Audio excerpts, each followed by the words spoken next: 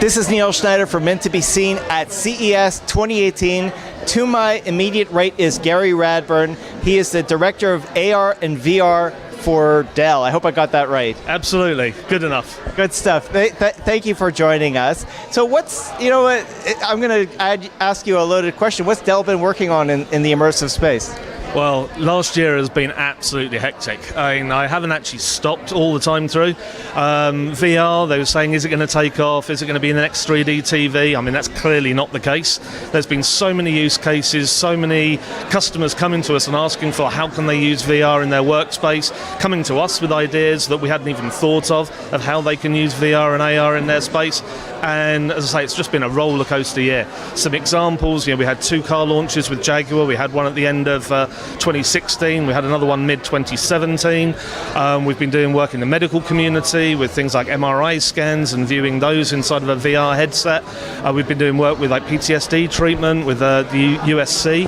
And then we've got some great initiatives coming up this year. It's just non-stop, which is great news. So, Dell is primarily a computing platform. That's what I think of. I think of workstations, I think of computers. What does virtual reality and immersive technology bring to the table for Dell? Well, it actually brings in a lot of opportunity, obviously, to discuss with customers with new technology, so that we can actually see them coming to us and asking for help inside of VR and AR, because we become that trusted advisor. And in terms of that, we can then do things around the hardware as well, which we're in a position to be able to do. So, for instance, we have things like the Dell Technology Partner Program, where we can identify the key leaders in the industry and solutions inside of VR, bring them in, get them certified on Dell hardware, so that when a customer comes in with a particular problem, we can then marry them up. And then they don't have to search the quagmire. I mean, you work in the industry, I work in the industry 24/7. Sometimes that's not enough time to actually keep up with things. So imagine if you've got multiple hats in your organization, you're trying to keep abreast of the technology, you could get confused, swamped, snowed under. We're helping to make some sense of all the madness out there that is the pace of the industry. Now, I made a small error. I know that Dell is in the computer business, but you're also directly in the immersive tech business by creating product as well. Yep. What have you got in your hands? Right. Okay, so this is the Dell Visor, which we launched the end of last year. It's a Windows mixed reality headset. So it's a VR headset with cameras on the front, which does inside-out tracking. So that's a key feature in there. So you've got less wires, less clutter, and you can now experience VR inside an inside-out tracking headset whilst being family-friendly, shall we say, so that you don't have to trip people up in the living room when you're actually putting your headset on. We're also launching the Inspiron gaming desktop, which is bringing the price points down for a VR-capable PC. Right, so can you estimate the pricing on the Inspiron? Yeah, the Inspiron's going to be $799, and that's going to be like a VR-ready PC, and then that visor controllers are on top of that, probably getting to in the region of about $1,100, $1,200, right, for the actual whole kit and caboodle right inside of that, if that translates.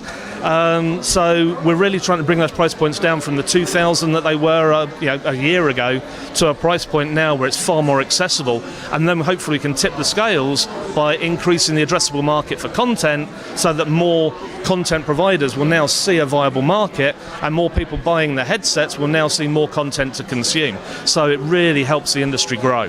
All right, good stuff. It sounds really affordable. It's $800 for a VR-ready notebook computer. No, this is gaming desktop. Forgive me, gaming desktop. But yes. Even so, that sounds very, very affordable.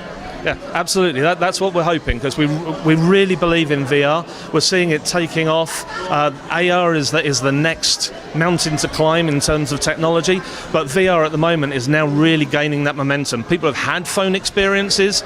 They've gone, yeah, okay, that's a good experience, but I want more now. I want more immersive. I want higher frame rates. I want better content, right, than's possible on your mobile device. And we're hopefully addressing that market for them. Now, you mentioned some experiences in passing. You did it pretty quick. I commend you for that. But you mentioned 2 car launches, if I heard correctly. What did you mean by that? What's that relationship to virtual reality? Okay, so we partnered with Jaguar Land Rover at the end of 2016 for a major car launcher. There's the E-Pace, which was the first electric SUV. That was a big reveal over in the Milk Studios in LA. and we had celebrity audience in, we had all the journalists in, right, from all the big publications worldwide, and it was a completely different launch because normally they have what they told me, a PowerPoint presentation which is very dry that goes through all the specs. This time around there was actually the big reveal where you were playing slot car racing while everybody was being strapped into their HTC Vive headset, all being driven by Dell Precision in the background, so the workstation's there. And then whilst they were playing slot cars, everyone else got geared up.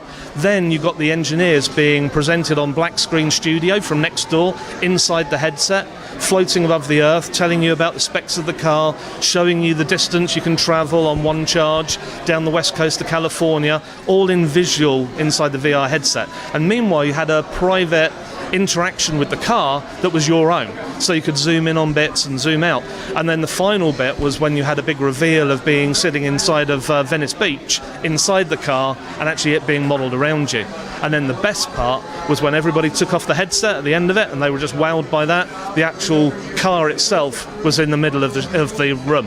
You know, what's really intriguing about this and the other things as well is I know a lot of energy is invested in that mass market appeal of virtual reality and immersive technology, but what I'm hearing is there are really valuable opportunities that could be achieved even if there's, you know, a smaller audience base for immersive technology. Can you talk about some business-to-business use cases that you've found very successful with this? Well, in terms of like business to business, we're actually seeing things where people are starting to design buildings. Right? So a customer comes in with an idea of the building that they want to have constructed. In the old days, I mean the old days were pretty recent, it makes me sound about 70 years old when I say the old days, but it was like elevation drawings and polystyrene blocks and things like that to help a customer visualize what they were buying. Now you can actually do walkthroughs, you can actually see what the shading, what the lighting is going to be like inside the building, what impact furniture is going to have inside of the environment itself, and so it makes a far more emotional buy-in for what people are actually doing.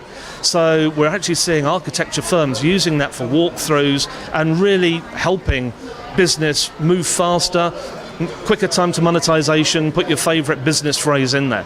Right, it's really helping both sides. All right, good stuff. So, you know, we talked about last year. Can you give us some high level what we could look forward to in 2018? 2018, I mean, again, we're really raising the bar on what's going on inside of VR. I mean, there were some announcements yesterday at CES where resolutions are now improving, and so we're actually seeing better headsets, right, coming out, because that was one of the, not sticking points, because it's fantastic where we've got to in such a short space of time, but they're actually seeing the customer needs. We're seeing businesses saying, well, you know, I need higher resolutions. If I'm looking at models, if I'm looking at drawings, I want to be able to see that clearly inside the headset and be able to zoom in. Now those needs are being addressed, so we're going to see more and more adoption due to the feature increase there. We're also seeing AR being adopted more and more inside a business now, being able to train people via a headset. So you've got an aging working population, you've got field engineers that are out there, you can actually have the more experienced engineers sitting back on a desk actually steering people through assisted training through AR type devices. So we're seeing that. And then on the fun side of things, which is great, we're actually showing at CES here an augmented reality boxing game. So working with Grab Games, you've got Knockout League Boxing, the person in the VR headset is playing the game, somebody with an AR headset can actually see the boxing match happening on a tabletop without actually being inside the game itself. Nobody's getting hurt, right? Nobody's getting hurt. They're just flailing around wildly like a marionette. Sounds good. Thank you so much for joining us. Thank you for having me. Appreciate it. This is Neil Schneider from MTBS-TV at CES 2018. We will, of course, be back with more. Thank you for watching.